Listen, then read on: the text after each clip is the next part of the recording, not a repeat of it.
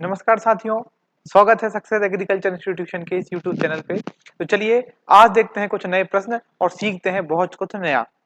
चलिए बेटा, आज का क्वेश्चन जो है कि निम्न में से कौन सा पौधा जो है वो हमारा C4 प्लांट नहीं है। मतलब डैश हमारा जो है बेटा is not a C4 plant. निम्न में से कौन सा हमारा पौधा जो है वो C4 प्लांट नहीं है। कौन सा पौधा जो है हमारा C4 पौधा नहीं है। ऑप्शन के लिए हम देखें तो ऑप्शन के लिए बेटा पहला ऑप्शन हो जाएगा आपका गन्ना। पहला ऑप्शन हो जाएगा आपका क्या? गन्ना। पहला ऑप्शन हो जाएगा बेटा गन्ना। दूसरा ऑप्शन की अगर मैं बात करूं तो सेकंड ऑप्शन हो जाएगा बेटा आपका मेज। तीसरा ऑप्शन हो जाएगा ज्वार और चौथा ऑप्शन होने वाला है बेटा आपका सोयाबीन। क्या पूछा गया है कि हमारा C4 प्लांट नहीं है।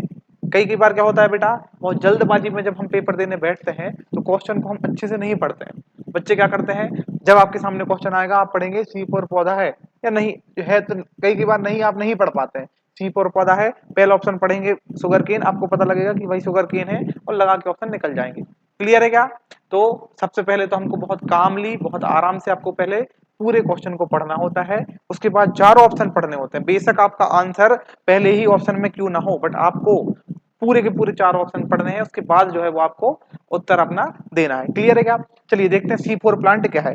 कल वाला जो हमारा वीडियो लेक्चर था उसमें हमने इससे पहले वाले में आज तक हमारी बेटा 4 क्लासेस कंप्लीट हो चुकी हैं। तो जिन बच्चों ने इससे पहले की क्लासेस नहीं देखी हैं, पहले वो उन क्लासों को भी देखें तो आपके और अच्छे से कॉन्सेप्ट क्लियर होंगे। पूछा क्या हुआ है? पूछा हुआ है C4 प्लांट। तो मैंने आपको बताया था कि जब हमारा प्रकाश संश्लेषण की क्रिया होती है, काय की क्रिया होती है? प्रकाश संश्लेषण की क्रिया होती है, तो वो तो कुछ दो प्रकार से दो स्टेप में पूरी होती है। एक कुछ पौधे में C3 प्रक्रिया होती है और कुछ पौधों में C4 साइकिल होती है। C3 पौधा जिसमें होता है बच्चों, उनको हम C3 प्लांट बोलते हैं। C3 साइकिल या हमारी कौन सी साइकिल बेटा? Calvin cycle. कौन सी साइकिल हमारी? केल्विन साइकिल या फिर C3 साइकिल जिनमें होती है उनको हम क्या बोलते हैं? C4 पौधे। उसके बाद अगर हम बात करें तो जिनमें C4 साइकिल होती है उनको हम C4 प्लांट कहते हैं। इनके आपके उदाहरण पूछे हुए हैं। उदाहरण बच्चों जो है वो इंपॉर्टेंट निकल के आते हैं या कुछ इंपॉर्टेंट जो है वो वहां से क्वेश्चन हर बार जो है आपके बनते हैं। सबसे पहले हम देखें C3 पौधे क्या हो जाएंगे। तो आप ट्रिक में आपको यहाँ पे बता देता हूँ, हर पौधे पे तो ये लागू नहीं होगी, बट बहुत सारे पौधों पे जो छोटी हाइट के पौधे होते हैं बेटा, कैसी हाइट के? छोटी ऊंचाई वाले जो पौधे होते हैं, छोटी ऊंचाई वाले जो क्या होते हैं हमारे पौधे होते हैं, वो हमारे C4 प्लांट C3 प्लांट होते हैं। उदाहरण के लिए अगर मैं देखूं, इसके उदाहरण में आ जाएगा आपका क्या बेटा? गेहूं आ जाएगा। गेहूं के बाद आ जाएगा आपका धान आ जाएगा। मूंग आ जाएगा बेटा। मूंग के बाद हमारा उड़द आ जाएगा। उड़द के बाद अगर हम देखें तो सोयाबीन आ जाएगा। सोयाबीन के बाद बेटा आपका चना जैसे हो गया, आपका बेटा मटर हो गया, आपका हो गया मसूर हो गया, आपका क्या हो गया बेटा? मसूर। चने के बाद आप देखें तो चने के बाद आपका हो जाएगा बेटा मसूर हो गया। इस तरीके के जो हमारे पौधे होते हैं ये सब जो है हमारे C3 प्लांट की कैटेगरी में इनको आते हैं, है ना। उसके बाद अगर हम देखें कि C4 पौधे हमारे कौन कौन से हो जाएंगे, C4 पौधों के बारे में बात करूं तो ऊंचे या ज्यादा अधिक हाइट वाले जो हमारे अधिक ऊंचाई वाले जो हमारे पौधे होते हैं वो हमारे आते हैं काय में बेटा? C4 प्लांट में। उदाहरण के लिए मैं देखूं, उदाहरण अच्छा ये पौधों की बच्चों दूसरी खासियत में बता दूं तो इनको कम सिंचाई या कम जल की आवश्यकता होती है। इनको कम सिंचाई या कम जो है वो जल की आवश्यकता होती है इन्हें उगाने हेतु। कम जल की क्या होती है? आवश्यकता होती है। ये ट्रिक भी आप चाहें तो उपयोग कर सकते हैं इनको पहचानने के लिए। अगर मैं बात करूं उदाहरण के लिए तो उदाहरण में हमारा बेटा हो जाएगा गन्ना। गन्ने के बाद हो जाएगा हमारा मक्का। मक्के के बाद हो जाएगा बेटा आपका ज्वार। क्या हो जाएगा आपका? ज्वार हो जाएगा। और हो जाएगा आपका जैसे बाजरा। तो ये सारे प्लांट जो है हमारे किस प्रकार के पौधे हैं? ये है बेटा हमारे C4 प्लांट। आपको याद रखना है कि C3 C4 प्लांट कौन कौन से होते हैं? छोटी हाइट वाले जैसे हमारा गेहूं धान मूंग उर्द सोयाबीन चना मटर मसूर जितने भी हमारे जो होते हैं ये हमारे C3 प्लांट होते हैं। और C4 प्लांट में से हमारे जैसे गन्ना हो गया, मक्का हो गया, ज्वार हो गया और बाजरा इत्यादि ये हमारे हो जाते हैं C4 प्लांट। अब क्वेश्चन देखते हैं। क्वेश्चन में पूछा हुआ था कि इनमें से कौन सा C4 प्लांट नहीं है। तो गन्ना मक्का ज्वार और बाजरा ये हमारे क्या है बेटा? C4 प्लांट है। और जो हमारा सोयाबीन है बेटा ये है हमारा C3 प्लांट। सोयाबीन के बारे में बेटा अगर हम इसका वानस्पतिक नाम देखें तो क्या हो जाएगा? Glycine max. क्या हो जाएगा बेटा? इसमें ग्लाइसिन मैक्स हो जाएगा। इसका क्या हो जाएगा बेटा? ये बोटेनिकल नेम। आपको बताना है बेटा इसमें ऑयल परसेंट कितना होता है और बताना है आपको इसमें प्रोटीन परसेंटेज जो है वो कितना होता है। क्लियर है क्या? दो उत्तर आपको कमेंट सेक्शन में देने हैं कि सोयाबीन में ऑयल और तेल कितने परसेंट पाया जाता है। ग्लासिन मैक्स तो बेटा इसका क्या है, बॉटनिकल नेम हो जाता है। अगर इसकी उत्पत्ति स्थान पूछे कि सोयाबीन का उत्पत्ति स्थान क्या है, तो वो हो जाएगा हमारा बेटा क्या, चीन। क्या हो जाएगा हमारा, चीन, या फिर हमारा चाइना। चाइना क्या है इसका उत्पत्ति स्थान माना जाता है। अच्छा, अगर आपसे पूछा जाए कि सोयाबीन हमारी क्या है, सोयाबीन क्या है बेटा हमारी, तो सोयाबीन जो है हमारी वो दलहनी तथा तिलहनी दोनों प्रकार की फसल है। दलहनी एवं तिलहनी दोनों प्रकार की जो है वो ये फसल है। क्लियर है क्या? इसमें एक एंजाइम पाया जाता है। क्या पाया जाता है बेटा? एक एंजाइम पाया जाता है जिसको हम बोलते हैं लिपो ऑक्सीडेज। क्या बोलते हैं हम इसे? Lipo oxidase. जिसके कारण क्या आती है, सोयाबीन को उबालते समय या दाल बनाते समय इसमें गंध आती है, इसलिए हम सोयाबीन को दलहनी फसल के रूप में कम उपयोग करते हैं। क्यों करते हैं? क्योंकि इसमें लिपो ऑक्सीडेज एंजाइम पाया जाता है। अच्छा, इसमें बेटा एक और अगर इसमें पूछा जाए तो इसमें vitamin A, anti vitamin A factor, vitamin E factor पाया जाता है। Anti vitamin E factor. Clear है क्या? जो क्या करता है, जो आपके बांझपन का कारण बनता है। काय का कारण बनता है? ये हमारे बांझपन का जो है वो कारण बनता है। ये हमारी सारी बातें हो जाती हैं किससे रिलेटेड, सोयाबीन से रिलेटेड, जो आपके इंपॉर्टेंट क्वेश्चन है। सोयाबीन एक तो आपका C3 पौधा हो गया, दूसरा ये चीन इसका उत्पत्ति स्थान है। इसका क्या है, चीन। चीन जो है बेटा इसका वो है हमारा उत्पत्ति स्थान। चीन क्या है इसका उत्पत्ति स्थान, मतलब ये ओरिजिन प्लेस है। क्लियर है क्या? बॉटनिकल नेम क्या है, ग्लाइसिन मैक्स। आपको क्या उत्तर देना है कि इसमें ऑयल और प्रोटीन कितना पाया जाता है। प्रोटीन मतलब ये दलहनी भी है, ऑयल मतलब ये तिलहनी भी है। इसमें कौन सा एंजाइम पाया जाता है बेटा? इसमें एंजाइम पाया जाता है लिपो ऑक्सीडेज। क्या पाया जाता है? लिपो ऑक्सीडेज एंजाइम, जिसकी गंध का कारण होता है। उसके बाद vitamin, anti vitamin E factor भी सोयाबीन में उपस्थित होता है। क्लियर है क्या बेटा? ये हमारी इंपॉर्टेंट जानकारी हुई सोयाबीन के बारे में। आगे चलते हैं, आगे देख लेते हैं बेटा। ये हमारा C3 C4 प्लांट है। अच्छे से आपको इनको एक बार पढ़ लेना है और लिख के बेटा इनको याद कर लेना है। चलिए आगे क्वेश्चन देखते हैं कि ग्रीन ईयर डिसीज जो होती है हमारी बेटा बाजरा की, बहुत ही इंपॉर्टेंट है। हरित वाली रोग, ये हरित वाली रोग बच्चों बाजरे में किस कारण होता है? जब बाजरे में बेटा ये हमारा रोग लग जाता है तो बाजरे की जो बेटा बाली होती है उसमें जो है वो बीज नहीं बनते हैं। क्या नहीं बनते हैं बेटा? बीज नहीं बनते हैं। और हमारी जो बाली होती है या इसका वो पत्तियों की तरह कैसी हो जाती है बेटा? हरी हो जाती है। कुछ यहाँ पे आप इसको देख सकते हैं। ये है हमारा बेटा क्या, बाजरे का ग्रीन ईयर रोग। क्या है बेटा? ये हमारा ग्रीन ईयर रोग। इसको हम बेटा बाजरे के डाउनी मिल्ड्यू के नाम से जानते हैं। इसको हम बाजरे के डाउनी मिल्ड्यू के नाम से भी जान सकते हैं। ये हमारे बाजरे का क्या कहलाता है बेटा? ये हमारे बाजरे का कहलाता है डाउनी मिल्ड्यू के नाम से भी आप इसे जान सकते हैं। क्लियर है क्या? तो आपको बताना है कि ये हमारा हरित वाली रोग जो है बाजरे का, उसका रोग कारक क्या है, उसका रोग कारक क्या है। क्लियर है क्या? ऑप्शन नंबर पहला देखें तो ऑप्शन पहला हो जाता है अल्टरनेरिया सोलेनाई। दूसरा हो जाता है बेटा आपका अल्बिगो कैंडिडा। दूसरा क्या हो जाता है आपके पास? अल्बिगो कैंडिडा। तीसरा हो जाता है आपके पास क्या? परसोस्पोरा पिसी। और चौथा हो जाता है स्क्लेरोस्पोरा ग्रैमिनिकोला। स्क्लेरोस्पोरा ग्रैमिनिकोला। इन चारों में से आपको बताना है कि कौन सा हमारा कारक है जो आपको बाजरे में हरित वाली रोग के लिए जो है बच्चों वो कारण बनता है। क्लियर है क्या? चलिए यहां मैं आपको एक हिंट और दे देता हूं कि ये जो रोग होता है ये फंगस से होता है। फंगस मतलब हमारी क्या हो जाती है बेटा? कवक। कैसे होता है ये रोग हमारा? कवक के कारण होता है। अब आपको उस कवक का जो है वो नाम बताना है। बाजरे का green ear disease, green ear रोग ऑफ बाजरा। ठीक है क्या? सबसे पहले तो अगर हम देखें इसका आंसर, तो इसका आंसर होने वाला है हमारा स्क्लेरोस्पोरा ग्रैमिनिकोला। इसका आंसर क्या होने वाला है? स्क्लेरोस्पोरा ग्रैमिनिकोला। स्क्लेरोस्पोरा ग्रैमिनिकोला जो है वो इसका बाजरे के काय का ग्रीन हरित रोग का कारण होने वाला है। स्क्लेरोस्पोरा ग्रैमिनिकोला बाजरे का हरित वाली रोग। बाजरे का हरित वाली रोग किसके कारण होगा? स्क्लेरोस्पोरा ग्रैमिनिकोला के कारण। और ये क्या होता है? ये एक प्रकार की फंगस है जो बाजरे में बच्चों ग्रीन ईयर डिसीज कॉज करती है। क्लियर है क्या? अब आपको बताना है बाजरे का बॉटेनिकल नेम। बाजरे का जो है बच्चों आपको बताना है वानस्पतिक नाम, बाजरे का वानस्पतिक नाम जो है वो क्या है, कमेंट सेक्शन में आपको कमेंट करना है। अच्छा बच्चों, जो भी प्रश्न मैं आपसे पूछ रहा हूं, आपको अगर आता है तो तुरंत आप उसका आंसर दीजिए, नहीं आता है तो देख लीजिए या सर्च कर लीजिए, बट आपको बिल्कुल स्पेशल या मुख्य रूप से जो है बच्चों मैंडेटरीली आपको इसके आंसर देने हैं। ठीक है, जितना पार्टिसिपेट आप इस सेशन में करेंगे उतना आपको लगेगा कि आपने कुछ सीखा है। और अगर आप आलसी की तरह सिर्फ इसको मोबाइल में देखते जाएंगे तो बेटा कुछ भी उसका लाभ नहीं होने वाला है। तो आपको क्या करना है, जो मैं बताते जा रहा हूं उसको लिखते जाना है, साथ साथ में मैं आपसे जो भी यहाँ पे पूछ रहा हूँ ये भी आपके कुछ ना कुछ इंपॉर्टेंट क्वेश्चंस हैं जो मैं आपसे पूछ रहा हूँ, क्योंकि अगर आप उसका जवाब ढूंढेंगे, आप उसको ढूंढेंगे तो आपको वो चीजें लंबे समय तक याद रहेंगी। इसलिए कमेंट सेक्शन में बेटा अनिवार्य रूप से आपको क्या करना है, जो क्वेश्चन पूछा गया है उसका आंसर देना है। क्लियर है क्या? चलिए अगला क्वेश्चन हम देखें तो नेक्स्ट क्वेश्चन हमारा जाता है बेटा, सी एन रेशियो क्या होता है एरेबिक लैंड का, जो किस रेंज में होता है। सी एन रेशियो मतलब हमारी जो कृषि योग्य भूमि होती है उनमें कार्बन और नाइट्रोजन का क्या अनुपात पाया जाता है। कृषि योग्य भूमि में कार्बन और नाइट्रोजन का क्या अनुपात पाया जाता है। एरेबिक लैंड मतलब बेटा ऐसी लैंड जिन पे क्या कर सकते हैं, हम खेती कर सकते हैं। एक होती है आपकी एरेबल लैंड और एक होती है बेटा आपकी बरीन लैंड। दो प्रकार की आपकी क्या होती है, लैंड होती है।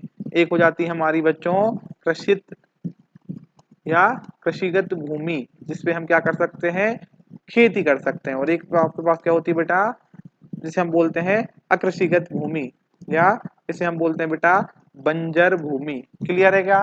बंजर भूमि। तो बेटा अब खेती योग हमारी मृदा है, इसका मतलब इसकी जो भौतिक, इसकी जो रासायनिक, इसकी जो भौतिक, इसकी जो रासायनिक एवं इसकी जो जैविक दशा है वो अच्छी है। इसीलिए ये क्या है बच्चों, जैविक दशा जो है वो अच्छी है। इसलिए ये जो है ये काय के लायक होती है, ये हमारी खेती करने के लायक होती है।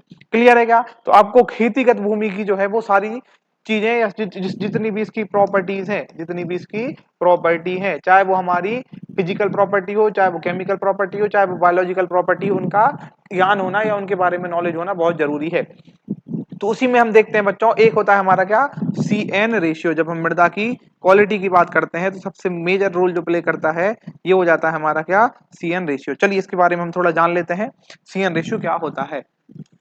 सी एन अनुपात, हिंदी में क्या बोलते हैं बेटा इसे, हम हिंदी में बोलते हैं सी एम अनुपात, या जिसे हम बोलते हैं सी एन रेशियो। तो ये रेशियो क्या होता है बेटा, कि कितने कार्बन के अणु के बीच में, कितने कार्बन के अणुओं के बीच में कितने आपके बेटा नाइट्रोजन के अणु मौजूद हैं। ठीक है क्या? तो ये क्या कहलाएगा आपका, नाइट्रोजन के अणुओं का जो अनुपात रहेगा वो हमारा क्या कहलाएगा, वो हमारा कहलाएगा सी एन रेशियो। क्लियर है क्या? सी एन रेशियो बहुत अधिक इंपॉर्टेंट होता है सूक्ष्म जीवों की, काय के लिए बेटा, सूक्ष्म जीवाणु की, सूक्ष्म जीवाणु की जो प्रतिक्रिया होती है, जो सूक्ष्म जीवाणु की प्रतिक्रिया होती है उनमें बहुत इंपॉर्टेंट रोल प्ले करता है। मतलब अगर आपके जो मृदा में जो माइक्रो ऑर्गेनिज्म है, माइक्रो ऑर्गेनिजम्स की जो क्या रहेगी, एक्टिविटीज जो रहेंगी किस प्रकार से होने वाली है, ये काय पे डिसाइड करती हैं, ये डिसाइड करती हैं आपकी क्या बेटा, सी एन रेशियो पे। सी एन रेशियो इसलिए ये बहुत ही इंपॉर्टेंट हो जाता है क्योंकि हमारे ये जो सूक्ष्म जीव होते हैं ये बहुत सारी क्रियाओं के लिए, बहुत सारी जो हमारी मृदा में अच्छी अच्छी जो अभिक्रियाएं होती हैं उनके लिए हमारे ये सूक्ष्म जीव बच्चों उत्प्रेरक का काम करते हैं। काय का काम करते हैं, उत्प्रेरक का। तो अगर आपके मृदा में किसी भी प्रकार की क्या होनी है बच्चों, अच्छी प्रक्रिया या रासायनिक अभिक्रिया होनी है तो उसमें किसका रोल होता है, सूक्ष्म जीवाणुओं का रोल होता है। और सूक्ष्म जीवाणुओं की जो गतिविधि होती है, इनकी जो प्रतिक्रिया होती है, ये हमारे काय पे निर्भर करती है, सीएन अनुपात पे निर्भर करती है। सीएन अनुपात क्या होता है कि कितने कार्बन अणुओं पे कितने आपके नाइट्रोजन के अणु उपस्थित हैं। इसकी मात्रा अगर अच्छी पाई जाएगी या सीएन रेशियो का अनुपात अच्छा पाया जाएगा, इसका मतलब आपके सूक्ष्म जीवों की एक्टिविटी अच्छी हो रही है। और अगर आपकी सूक्ष्म जीवों की एक्टिविटी हो रही है इसका मतलब क्या हो जाएगा कि आपके पास जो है वो सारी जो आपकी रिएक्शंस है अच्छे से चल रही हैं। क्लियर है क्या? अगर मैं बात करूं एरेबल लैंड के लिए, अगर मैं बात करूं बेटा कृषिगत लैंड के लिए, काय के लिए, कृषिगत भूमियों के लिए जो हमारा सीएन अनुपात होने वाला है, कृषिगत भूमियों के लिए मतलब एरेबल लैंड के लिए, एरेबल लैंड के लिए जो सीएन अनुपात होने वाला है वो 8:1 से लेके 15:1 के बीच में होना चाहिए। ये बेस्ट माना जाता है। मतलब खेती करने योग्य मृदाओं में। इसका मतलब आपको ये मेंटेन करके रखना है। अगर आपके पास ये जो है आपका अनुपात ऊपर नीचे हो जाता है, इसका मतलब आपने सूक्ष्म जीवाणुओं की जो है गतिविधियां एक्टिविटीज को भी क्या कर दिया बेटा, खराब कर दिया है। क्लियर है क्या? अच्छा, हमारे पास क्या होता है बेटा, हम जो डालते हैं, जो भी आप वगैरह के जो भी हमारे मृदा जो है, मृदा की खुद की एक शक्ति होती है जिसे हम बोलते हैं सॉइल फर्टिलिटी। मृदा के अंदर क्या होता है बेटा, मृदा के अंदर, मृदा को अंदर जो पोषक तत्व पौधों को प्रदान करने की कैपेसिटी होती है, उसे हम क्या बोलते हैं, उसे हम बोलते हैं क्या बेटा, सॉइल फर्टिलिटी। एक मिनट में आपको इसको समझा देता हूँ।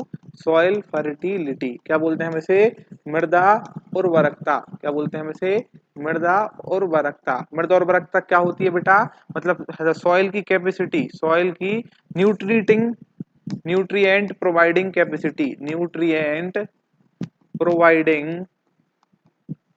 Capacity of soil, capacity of क्या बेटा, हमारी सॉइल की, मतलब मृदा की पौधों को पोषक तत्व प्रदान करने की क्षमता, पोषक तत्व प्रदान करने की जो क्या कहलाएगी बेटा, क्षमता कहलाएगी, वो हमारी क्या रहेगी, वो कहलाती हमारी सॉइल फर्टिलिटी। और सॉइल फर्टिलिटी बेटा जितनी ज्यादा रहेगी, उत्पादन जो है बच्चों उतना ज्यादा होगा, और वो सॉइल जो है वो उतनी अच्छी मानी जाएगी। अब ये हमारी डिपेंड काय पे करती है बच्चों, बहुत सारे हमारे सूक्ष्म जीवाणुओं पे इसकी जो है ऑर्गेनिज्म जो हमारे होते हैं, माइक्रो ऑर्गेनिज्म या हमारे जो सूक्ष्म जीव होते हैं, उनकी मात्रा जो है, उनकी मात्रा और उनकी उनकी एक्टिविटी पे ये जो है बच्चों वो निर्भर करती है। जितने ज्यादा सूक्ष्म जीव होंगे, जितनी ज्यादा उनकी एक्टिविटी होंगी, उतने ज्यादा आपकी सॉइल की क्या रहेगी बेटा, फर्टिलिटी रहेगी। क्लियर है क्या? जैसे बहुत सारे हमारे, आपने विधि का नाम है एक हमारी है बेटा, नाइट्रिफिकेशन। क्या होता है हमारा, नाइट्रिफिकेशन। नाइट्रिफिकेशन मतलब क्या हो जाता है हमारा, नाइट्रीकरण। नाइट्रीकरण क्या हो जाता है बेटा हमारा, नाइट्रीकरण। इसमें क्या होता है, इसमें आपका जो अमोनिया है वो धीरे धीरे नाइट्रेट में, फिर नाइट्राइड में जो है बच्चों टूटता है। अब इसको टूटने के लिए इस फॉर्म में, अगर आप पौधे जो हैं वो आपके नाइट्रोजन को किस फॉर्म में लेते हैं, नाइट्राइट फॉर्म में लेते हैं, तो ये नाइट्रेट फॉर्म में जो पौधे लेते हैं, इसको तोड़ना पड़ेगा पहले हमको, किसको बेटा, अमोनिया को। तो अब अमोनिया को तोड़ने के लिए बेटा हमको काय की जरूरत पड़ेगी, यहाँ पे बहुत सारे सूक्ष्म जीवों की जरूरत पड़ती है, जैसे आपके बैक्टीरिया वगैरह हो गए हैं। तो अब इन बैक्टीरिया को हमको यहाँ आवश्यकता पड़ेगी। इसका मतलब क्या है, इन बैक्टीरिया की उपस्थिति हमको मृदा में चाहिए, तभी जाके ये बैक्टीरिया क्या करेंगे, अमोनिया को धीरे धीरे नाइट्राइड में और उसके बाद नाइट्रेट में तोड़ेंगे। तो इसको तोड़ने के लिए काय की जरूरत पड़ी बेटा, सूक्ष्म जीवों की जरूरत पड़ी। अब मान लीजिए दूसरी रिएक्शन का अगर मैं आपको उदाहरण दूं, तो आप मान सकते हैं कि हम जो बच्चों, जो हमारे मृदा में क्या पाए जाते हैं, मृदा में जो हमारा क्या पाया जाता है बच्चों, ऑर्गेनिक मैटर। क्या पाया जाता है हमारा, ऑर्गेनिक मैटर। ऑर्गेनिक मैटर मतलब हो जाता है आपका क्या बच्चों, जैविक पदार्थ। जैविक पदार्थ, जैविक पदार्थ क्या होते हैं बच्चों, धीरे धीरे जब सड़ते गलते हैं, इनमें बहुत सारे सूक्ष्म जीव जो हैं वो क्या करते हैं, अपनी गतिविधियां करते हैं। सूक्ष्म जीव जो अपनी गतिविधियां करते हैं, तो धीरे धीरे बच्चों ये क्या में बदलते जाता है, ह्यूमस में बदलते जाता है। ह्यूमस में ये है बच्चों, ये बदलते जाता है, और ह्यूमस से फिर धीरे धीरे क्या है बच्चों, जो है आपके न्यूट्रिएंट निकलते रहते हैं। तो इसका मतलब क्या हुआ, इसका मतलब ये हुआ कि सारी चीजों के लिए मृदा में जितनी भी आपकी रासायनिक गतिविधियां हो रही हैं, उसमें आपको सूक्ष्म जीवों की आवश्यकता पड़ने वाली है। और सूक्ष्म जीवों की आवश्यकता पड़ेगी, इसका मतलब मृदा क्या रहेगी आपकी, आपकी मृदा में इस तरीके के गुण होने चाहिए कि सूक्ष्म जीव अधिक से अधिक मात्रा में पाए जाएं। और कब पाए जाएंगे बेटा, सूक्ष्म जीव अधिक से अधिक मात्रा में जब पाए जाएंगे, जब इनके लिए उस प्रकार का एनवायरमेंट होगा। मतलब उनके पास अगर उनको जैसे सूक्ष्म जीवों को सीएन की अनुपात की अच्छी आवश्यकता है, तो उस प्रकार का अनुपात होना चाहिए, तभी जाके आपके सूक्ष्म जीव जो है उस मृदा में उपस्थित होने वाले हैं। तो अगर अब हम बात करें कि एरेबल लैंड का जो है सीएन रेशियो कितने होने वाला है, ये होने वाला है 8 रेशियो कितना बेटा, अनुपात से लेके 1 से लेके 15:1 तक जो है वो होने वाला है। क्लियर है क्या? ये अनुपात अगर बेटा क्या हो जाता है, जब ये अनुपात 30:1 के ऊपर पहुंच जाता है, काय का अनुपात बेटा, सीएन रेशियो का अनुपात अगर 30:1 के ऊपर पहुंच जाता है, तो हमारी बेटा ये खनिजीकरण की प्रक्रिया रुक जाती है। काय की प्रक्रिया, खनिजीकरण की जो प्रक्रिया है, ये हमारी मिनरलाइजेशन की प्रक्रिया है, मिनरलाइजेशन की प्रक्रिया है ये हमारी क्या हो जाती है बेटा, बंद हो जाती है, क्योंकि इस पीएच पे, इस CN रेशियो पे हमारे सूक्ष्म जीवाणु कार्य करना क्या कर देते हैं बेटा, बंद कर देते हैं। तो इसलिए हमारा इसका बहुत ही मेजर रोल बन जाता है जब हम पढ़ते हैं क्या बेटा, सॉइल साइंस। तो क्या हो जाता है हमारा, CN रेशियो कितना चाहिए, CN रेशियो की आवश्यकता कितनी है बेटा, CN रेशियो होना चाहिए आपका कितना, CN रेशियो होना चाहिए आपका 8:1 से लेके 15:1। जब हम बात करेंगे काय की, एरेबल लैंड की, जब हम कृषिगत भूमियों की बात करेंगे तो ये आपका CN रेशियो होने वाला है। यहाँ मैंने आपको बहुत सारी चीजें जो है वो बता दी है, इस क्वेश्चन से रिलेटेड आपको इनको याद रखना है। चलिए तो अब क्वेश्चन का आंसर देखते हैं। क्वेश्चन का क्या है बेटा हमारा, इस क्वेश्चन का जो आंसर होने वाला है CN रेशियो ऑफ एलेबर रैंड, ये कितना होना चाहिए, इसका आंसर हो जाएगा हमारा 8:1 से लेके 15:1। याद रखिएगा 8:1 से लेके 15:1। यहाँ पे आपका क्या लिखा हुआ है बेटा, इसका उल्टा लिखा हुआ है, कार्बन जो है वो कम एटम है और नाइट्रोजन के आपकी ज्यादा है, तो ये आपका आंसर नहीं होगा। याद रखिएगा उल्टा नहीं करना है, 8:1 से लेके 15:1 जो है वो आपका यहाँ पे आंसर होने वाला है। क्लियर है क्या बेटा, ये अगर आपको लिखना है तो एक बार इसका स्क्रीनशॉट ले लीजिए। फिर चलते हैं हम अपने नेक्स्ट क्वेश्चन पे। चलिए अगला क्वेश्चन क्या आता है बेटा, in the neutral soil the most abundant जो माइक्रो ऑर्गेनिज्म होते हैं वो कौन से होते हैं। आपको बताना है कि उदासीन मृदाओं में बेटा किस प्रकार के जो हैं वो माइक्रो ऑर्गेनिज्म सबसे ज्यादा पाए जाते हैं, किसमें बेटा, उदासीन मृदाओं में। उदासीन मृदाओं में जैसा कि मैंने आपको बताया अभी कि सूक्ष्म जीवों की संख्या बहुत ही इंपॉर्टेंट होती है, कब, किन दशाओं में, जब हम बात करते हैं, जब हम बात करते हैं बेटा किस दशाओं की, आपके मृदा की उर्वरकता की। अब हम देखते हैं बच्चों कि न्यूट्रल सॉइल में आपके किस प्रकार के जो है वो सूक्ष्म जीव पाए जाते हैं। क्वेश्चन नंबर, ऑप्शन नंबर 1 हो जाएगा आपका एक्टिनोमाइसिटीज, दूसरा नंबर पे हो जाएगा कवक, तीसरे नंबर पे हो जाएगा बेटा जीवाणु और चौथे नंबर पे हो जाएगा आपका एल्गी जिसे हम बोलते हैं शैवाल। इन चार ऑप्शन में से आपको बताना है कि जब आपकी मृदा न्यूट्रल पीएच पे होती है, मतलब जब मृदा का पीएच कितना होता है बेटा, 6 से लेके 7.5 तक पीएच में होता है, इसको हम क्या बोलते हैं, इसको हम बोलते हैं बेटा न्यूट्रल या उदासीन। क्या बोलते हैं हम इसे, इसे बोलते हैं बेटा हम न्यूट्रल पीएच। क्या बोलते हैं इसे हम, न्यूट्रल या फिर उदासीन पीएच। उदासीन पीएच पे आपके कौन से प्रकार के माइक्रो ऑर्गेनिज्म है मृदा में जो सर्वाधिक मात्रा में पाए जाएंगे। चलिए अब देख लेते हैं हम इसका आंसर। इसका आंसर अगर हम देखें बेटा तो सबसे पहले हम पढ़ते हैं क्या, मृदा में सूक्ष्म जीव। देख लेते हैं हम मृदा के सूक्ष्म जीव, मृदा के सूक्ष्म जीवाणु की अगर हम बात करें तो मृदा के सूक्ष्म जीवाणु बच्चों, इसको हम कहाँ पढ़ते हैं, इसको हम पढ़ते हैं सॉइल माइक्रोबायोलॉजी में। इसको हम बच्चों काय में पढ़ते हैं, सॉइल माइक्रोबायोलॉजी। सॉइल माइक्रोबायोलॉजी के अंतर्गत हम क्या पढ़ते हैं बेटा, मृदा में उपस्थित सूक्ष्म जीवाणुओं का अध्ययन करते हैं। सॉइल माइक्रोबायोलॉजी कहाँ से संबंधित है, तो सॉइल माइक्रोबायोलॉजी संबंधित है आपके मृदा में पाए जाने वाले सूक्ष्म जीवाणुओं से। इनकी अगर हम बात करें, इसके हमारे फादर कौन है, तो इसके फादर हो जाएंगे बच्चों विनोग्रा डस्की।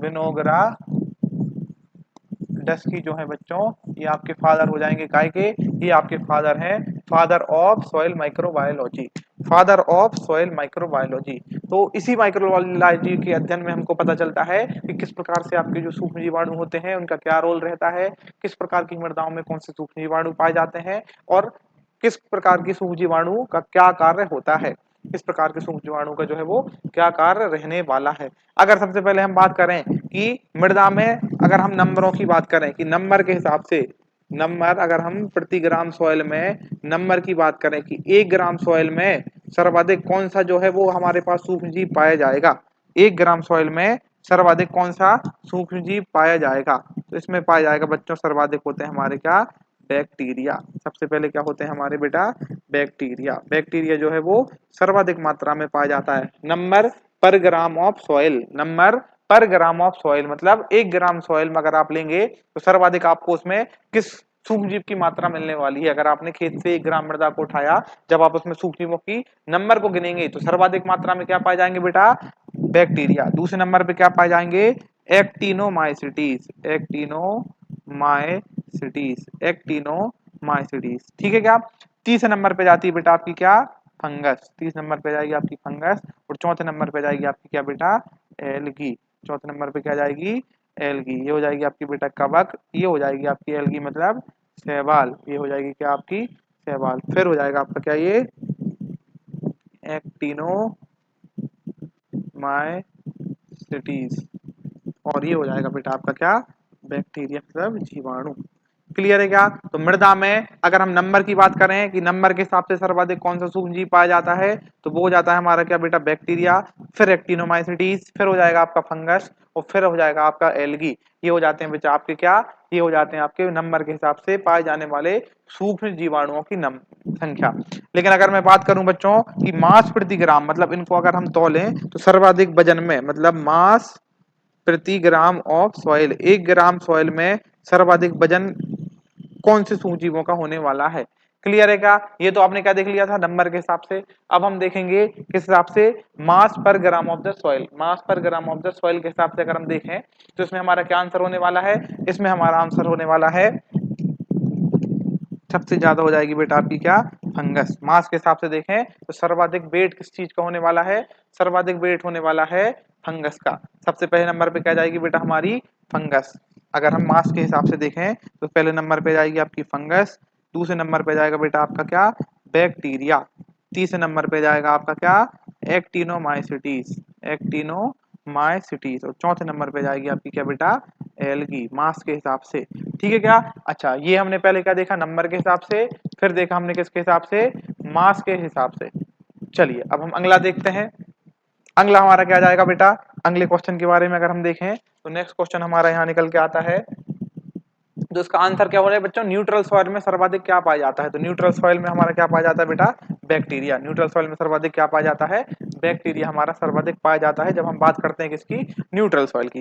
नेक्स्ट क्वेश्चन देखते हैं बेटा, यहाँ पे हमने देख लिया है कि किस तरीके से किस मृदाओं में कौन सी जो है हमारे सूक्ष्मजीव पाए जाते हैं। न्यूट्रल सॉइल की आपने देख लिया। अगर पूछेंगे बेटा आपकी एसिडिक सॉइल में क्या पाया जाता है, अगर आपसे क्वेश्चन में पूछा जाता है कि एसिडिक सॉइल में क्या पाया जाता है, एसिडिक सॉइल में, एसिडिक सॉइल की अगर हम देखें तो एसिडिक सॉइल में अगर देखते हैं बेटा हम, एसिडिक या अम्लीय मृदाओं में, कहा में बेटा, अम्लीय मृदाओं में, तो अम्लीय मृदाओं में भी हमारा क्या हो जाएगा, फंगस, बैक्टीरिया, एल्गी और एक्टिनोमाइसिटीज। पहले नंबर पे क्या जाएगी, पहले नंबर पे जाएगी आपकी कवक, दूसरे नंबर पे आ जाएगी आपकी जीवाणु, फिर आ जाएगी आपकी क्या बेटा, शैवाल, और फिर आ जाएगी आपकी कौन, एक्टिनोमाइसिटीज, एक्टिनोमाइसिटीज। ये हो जाती है हमारी काय में बेटा, एसिडिक सॉइल में। एसिडिक सॉइल में सर्वाधिक नंबर किस है हमारे, या कौन से माइक्रो ऑर्गेनिज्म का होता है। क्लियर है क्या? अच्छा, अगर आपसे पूछा जाए कि जब मृदा में बारिश हो जाती है, जब बारिश हो जाती है तो मृदा में बेटा कौन सा सूक्ष्म जीव के कारण जो है वो मृदा की क्या आती है, खुशबू आती है, तो वो कौन सा है हमारा, एक्टिनोमाइसिटीज। याद रखिएगा कि एक्टिनोमाइसिटीज के कारण आपकी जब बारिश होती है या जब आप क्या करते हो, सिंचाई करते हो, तो मृदा से आपकी क्या आने लगती है बच्चों, खुशबू आने लगती है। वो किस कारण होता है आपके, वो होता है आपके एक्टिनोमाइसिटीज के कारण। तो बच्चों याद रखना है आपको इन सूक्ष्म जीवों के बारे में, एक बार अगर आप चाहते हैं तो इसका स्क्रीनशॉट ले सकते हैं।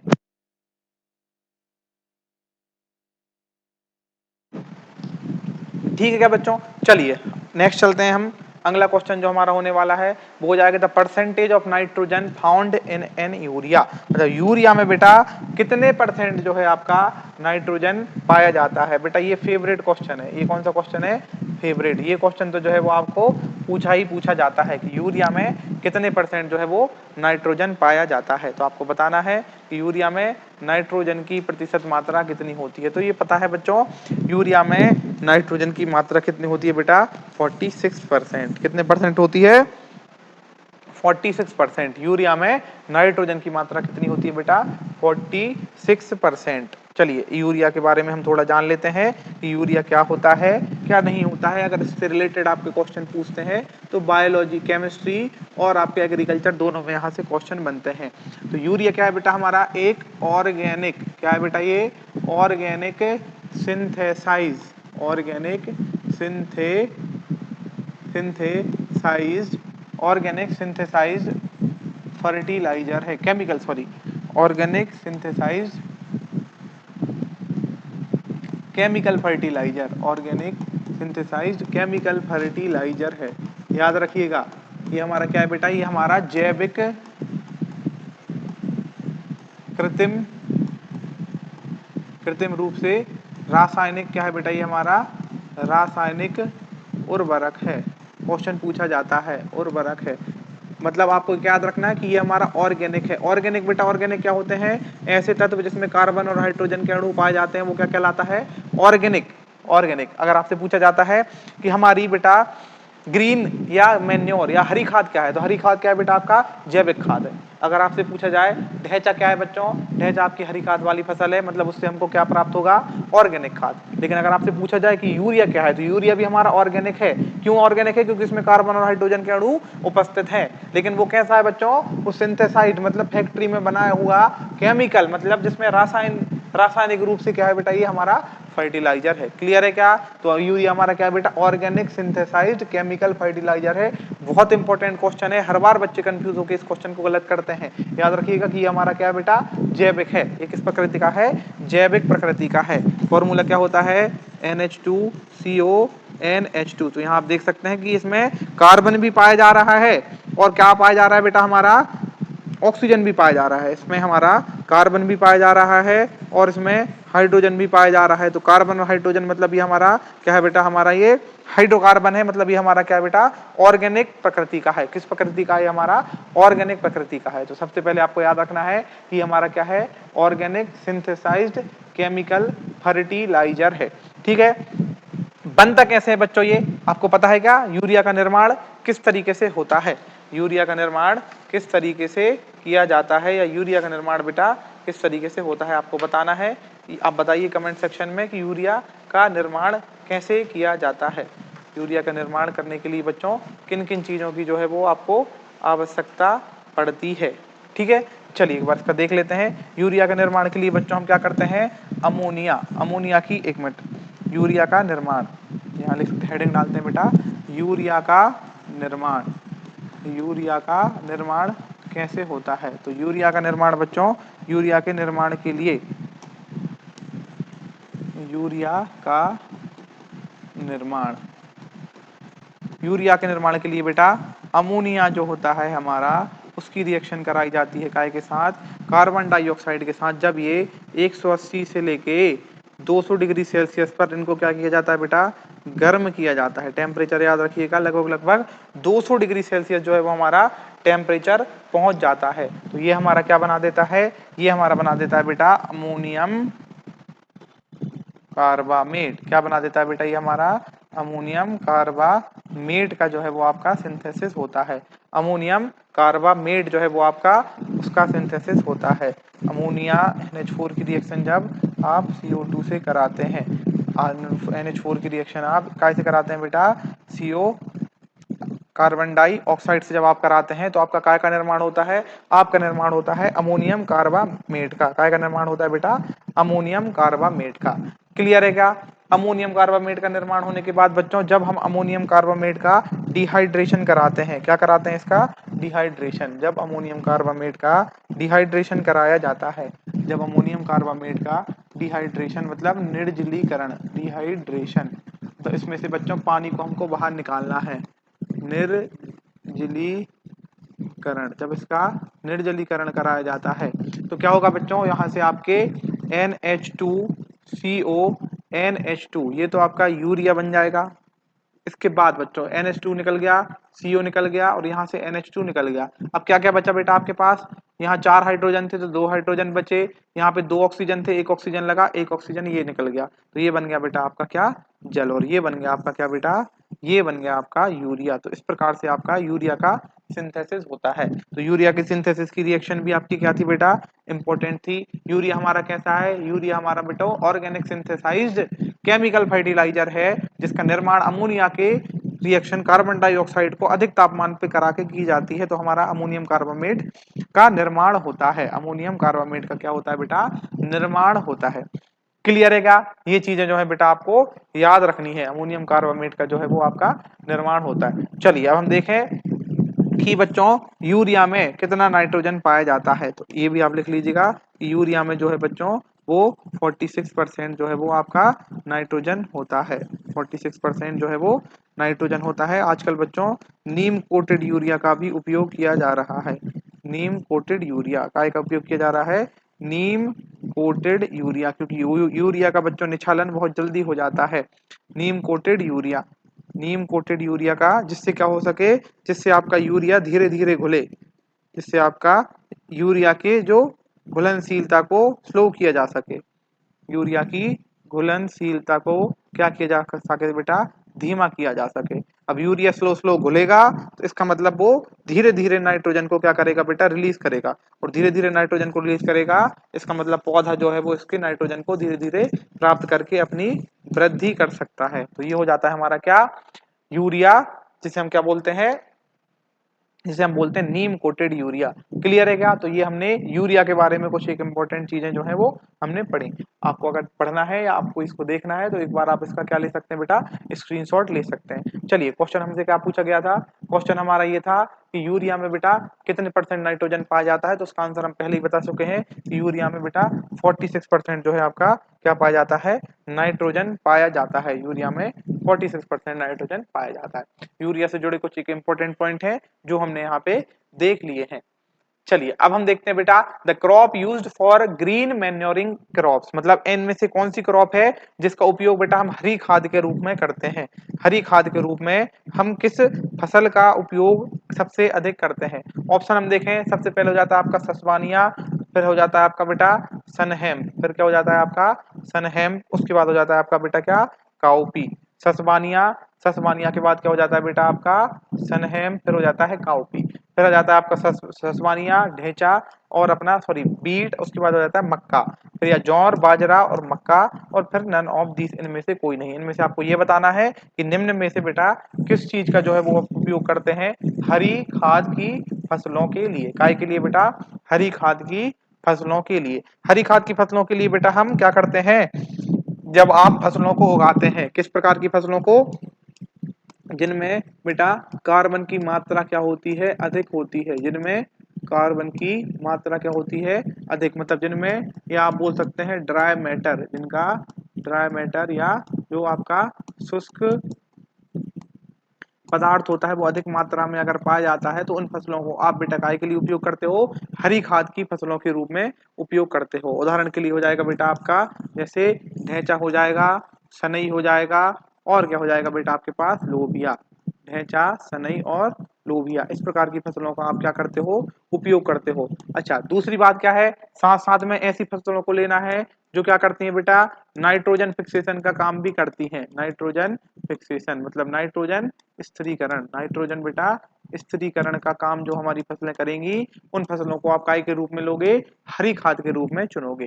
तो निम्न में से बेटा हमारी कौन कौन सी फसलें हो जाती हैं, ढेंचा हो जाता है, सनई हो जाती है और लोबिया हो जाता है। ये हमारी इस प्रकार की फसल हो जाती है जो नाइट्रोजन फिक्सेशन का काम भी करती हैं, और इनमें बच्चों ड्राई मैटर, कार्बन की मात्रा जो है वो अधिक पाई जाती है। इसलिए जब आप इनको क्या करते हो बच्चों, जमीन में मिलाते हैं, जमीन में जब आप इनको मिलाओगे तो सूक्ष्म जीव इनको सड़ा के धीरे धीरे इसमें संचित जो भी पोषक तत्व है उनको मृदा में उपलब्ध करा के बच्चों पौधे द्वारा अवशोषित कर लिए जाते हैं। तो हमारी ढेंचा, सनई और काउपी जो है हमारा इसका आंसर होने वाला है। याद रखिएगा, अनाज वाली जो हमारी फसलें होती हैं, कौन सी बातें बेटा, अनाज वाली हमारी जो फसलें होती हैं उनका जो CN रेशियो चूंकि अधिक होता है इसलिए हम उनको उपयोग नहीं करते हैं। काय के लिए बच्चों, हरी खाद के रूप में। CN रेशियो क्या है ये मैंने अभी आपको नेक्स्ट पिछली जो हमारे क्वेश्चन थे उसमें आपको मैंने बहुत अच्छे से बता दिया था। चलिए अगला क्वेश्चन देखते हैं कि ऐसे रसायन जिन्हें जीवनाशक, खरपतवार तथा रोगियों नियंत्रण के लिए प्रयोग किया जाता है वो हमारे क्या कहलाते हैं। मतलब आपको केमिकल का नाम बताना है जिनको बच्चों आप किस रूप में, इंसेक्टिसाइड के रूप में, बीडीसाइड के रूप में, और आप डिसीज को मारने के लिए उपयोग करते हैं, वो हमारे क्या कहलाते हैं। क्लियर है क्या? चलिए, मतलब आपको मारना कैसे है, मारना है आपको बच्चों किसको, मारना है आपको बीड्स को। किसको मारना है बेटा, आपको बीड्स को मारना है। उसके बाद आपको इंसेक्ट्स को मारना है। किसको मारना है बेटा, आपको इंसेक्ट्स को मारना है। और आपको किसको मारना है, पैथोजन को मारना है। इनके लिए आप क्या उपयोग करेंगे। अच्छा, अब हमारा बीड हो गया बेटा, इंसेक्ट हो गया या पैथोजन हो गया, ये क्या है हमारे, ये हो जाते हैं हमारे बेटा क्या, ये हमारे हो जाते हैं कारक। क्या हो जाते हैं हमारे कारक, जो पौधे में क्या करते हैं बेटा, ये पौधे में भिन्न भिन्न प्रकार के, विभिन्न प्रकार के क्या करते हैं, ये विभिन्न विभिन्न प्रकार के ये जो है वो रोग उत्पन्न करते हैं। क्या करते हैं बेटा? ये रोग उत्पन्न, या जैसे हम बोलते हैं विकार, ये विभिन्न विभिन्न प्रकार के विकार उत्पन्न करते हैं। जैसे आपका बीड हो गया बेटा, ये हमारे खरपतवार के जो होता है वो पौधों से क्या करता है बच्चों? प्रतिस्पर्धा करता है और पौधों को नुकसान पहुंचाने का काम करता है। इंसेक्ट्स क्या होते हैं बच्चों? ये भी हमारे फसलों को नुकसान पहुंचाते हैं। और हमारे जो पैथोजन हो गए, ये भी रोग पैदा करके पौधों की उपज को क्या करते हैं बच्चों? घटाते हैं। तो इस प्रकार के जो भी हमारे ये जितने भी हमारे जो ऑर्गेनिज्म होते हैं, इनको हम जानते हैं बच्चों किसके नाम से? इनको हम जानते हैं पीड़कों के नाम से। किसके नाम से जानते हैं बेटा? पीड़कों, या फिर पेस्ट के नाम से। किस नाम से जानते हैं इन्हें हम? पेस्ट के नाम से, क्योंकि ये फसल को पीड़ा देने का काम करते हैं। क्या देने का फसल काम करते हैं बेटा? पीड़ा। खरपतवार होगा बेटा, वो भी हमारी फसल को नुकसान पहुंचाएगा, उसे पीड़ा प्रदान करने का काम करेगा। इंसेक्ट्स भी होंगे बच्चों हमारे, जो पैथोजन भी होंगे, पैथोजन जो रोग कारक होते हैं, इंसेक्ट हमारे जो कीट पतंगे हो जाते हैं, ये हमारी क्या करते हैं? ये भी हमारी फसलों को पीड़ा या नुकसान पहुंचाने का काम करते हैं, इसलिए हम इनको क्या बोलते हैं बच्चों? पीड़क बोलते हैं। अब आपको ऐसे केमिकल का नाम बताना है जो इन पीड़कों को मारने के लिए काम पड़ेगा। तो पेस्ट को मारने के लिए क्या का उपयोग किया जाता है बेटा? पेस्टिसाइड का। काय का उपयोग किया जाता है? पेस्टिसाइड का। मतलब ऐसे केमिकल जो किसको मारेंगे बेटा? पेस्ट को मारेंगे, वो हमारे क्या रहेंगे? वो हमारे कहलाते हैं पेस्टिसाइड या पीड़कनाशी। क्या कहलाते हैं बेटा हमारे? ये पीड़कनाशी। एंटीबायोटिक का उपयोग क्या किया जाता है बेटा? ये हमारी बैक्टीरिया से रक्षा करने के लिए। काय से रक्षा करने के लिए? बैक्टीरिया से बचाव के लिए हम काय का उपयोग करते हैं? एंटीबायोटिक का उपयोग करते हैं। बायोपेस्टिसाइड मतलब बेटा ऐसे पेस्टिसाइड जिनमें काय का उपयोग हो जाता है? जीवित जीवों का उपयोग करके, जब हम क्या करते हैं कोई प्रकार का एक केमिकल का निर्माण करते हैं जीवित जीवों का उपयोग करके, तो उसे हम क्या बोलते हैं बेटा? बायोपेस्टिसाइड बोलते हैं। क्लियर है क्या? तो ये आपके जो पीड़कों को मारने के लिए उपयोग होगा, वो हमारा क्या कहलाएगा? वो कहलाएगा हमारा पीड़क। पीड़कों को मारने वाला क्या कहलाएगा बेटा? पीड़क कहलाएगा। चलिए नेक्स्ट हम देख लेते हैं क्वेश्चन। अगला क्वेश्चन क्या जाता है? इन एन एग्रीकल्चर एक्सटेंशन ट्राइसेम जो प्रोग्राम है वो कब स्टार्ट हुआ? तो एमपीपीएटी में बेटा एक आपसे फुल फॉर्म जरूर पूछा जाता है हर वर्ष आपके जनरल एग्रीकल्चर में बच्चों। एक किसी न किसी संस्थान से आपका जो है वो एक आपका पूछा जाता है फुल फॉर्म। तो इसमें ये पूछा गया है कि ट्राइसेम जो है बेटा हमारा वो कब स्टार्ट हुआ? तो सबसे पहले तो हमको पता होना चाहिए बेटा स्टार्ट कब हुआ। उससे पहले जरूरी हमको ये है कि ट्राइसेम होता क्या है। ट्राइसेम आपको अगर पता है तो आपको बेटा वीडियो को पॉज करना है और कमेंट सेक्शन में आपके आंसर को बता देना है। इससे आपका रिवीजन बहुत अच्छे से होगा। तो ये हो जाएगा क्या बेटा? ट्रेनिंग। पहले आपको इसको खुद लिख के बताना है कि हमारा ट्राइसेम क्या होता है। ट्रेनिंग ऑफ काय की देना बेटा? रूरल यूथ को। ट्रेनिंग और रूरल यूथ फॉर काय के लिए बेटा? Semi employment, for self employment. For self employment, self employment के लिए हम उनको क्या दे रहे हैं? ट्रेनिंग दे रहे हैं। फॉर सेल्फ एम्प्लॉयमेंट, तो वो क्या कहलाता है बेटा हमारा? वो कहलाता है हमारा कौन सा प्रोग्राम? ट्राइसेम प्रोग्राम। कौन सा प्रोग्राम बेटा? ट्राइसेम प्रोग्राम। तो ट्राइसेम प्रोग्राम क्या हो जाता है? जब आप किनको बच्चों? रूरल यूथ को क्या करते हो बच्चों? ट्रेनिंग प्रोवाइड करने का काम करते हो। काय के लिए? ट्रेनिंग प्रोवाइड करने का काम करते हो ताकि वो अपना स्वरोजगार को क्या कर सकें बच्चों? कर सकें। मतलब क्या हो जाएगा? स्वरोजगार हेतु ग्रामीण को क्या देना बच्चों? प्रशिक्षण देना। स्वरोजगार, ताकि ग्रामीण लोग कुछ सीख के स्वरोजगार कर सकें, खुद का बिजनेस कर सकें। स्वरोजगार हेतु क्या देना बच्चों? ग्रामीणों को क्या देना? प्रशिक्षण। ग्रामीणों को क्या देना बेटा? प्रशिक्षण देना। ये क्या होता है हमारा? ये है हमारे ट्राइसेम का काम। ये हमारा कौन सा प्रोग्राम है? ट्राइसेम प्रोग्राम। तो ट्राइसेम प्रोग्राम में मतलब क्या होता है? ट्रेनिंग ऑफ इनकी बेटा rural youth for self employment. मतलब इसमें 18 से 35 वर्ष के बेटा, कितने वर्ष के?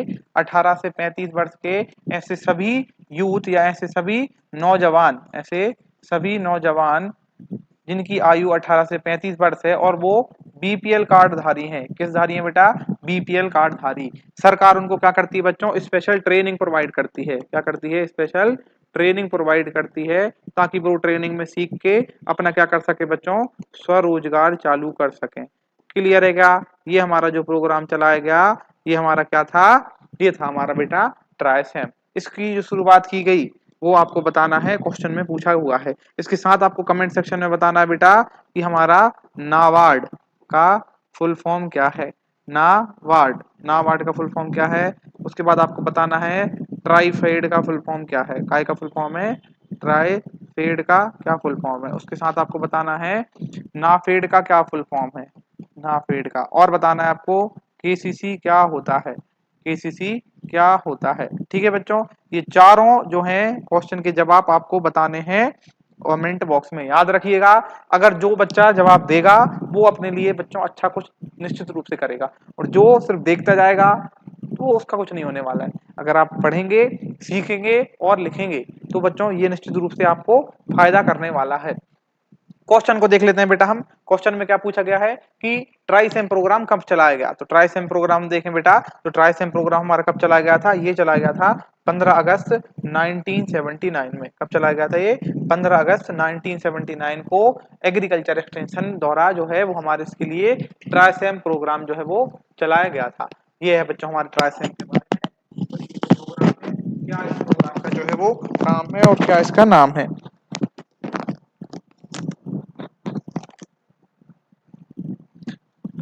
चलिए अब हम देख लेते हैं बच्चों नेक्स्ट क्वेश्चन के बारे में।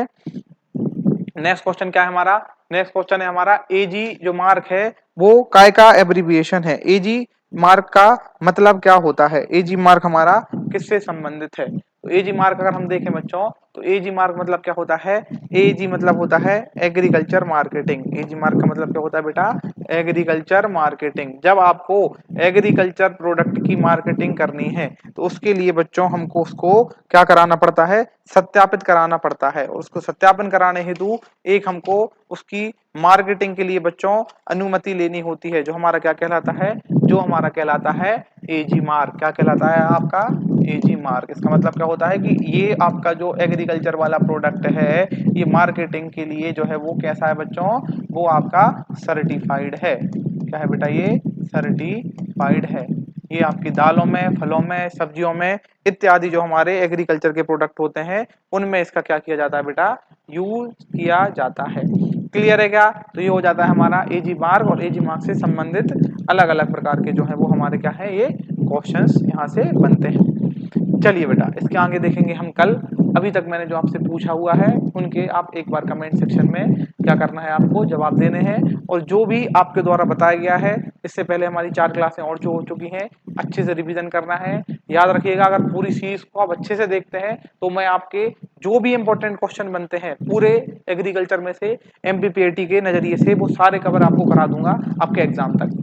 बेशर्ते आपको पढ़ना है, पार्टिसिपेट करना है, चीजों को देखना है और उनको क्या करना है बेटा, लिखते चल के और साथ साथ में आपको रिवीजन करते चले जाना है। एक क्लास देखने से पहले पिछली क्लास का रिवीजन करें, उस तरीके से हम क्या है पूरी अपने सिलेबस को जो है वो खत्म करेंगे। Thank you.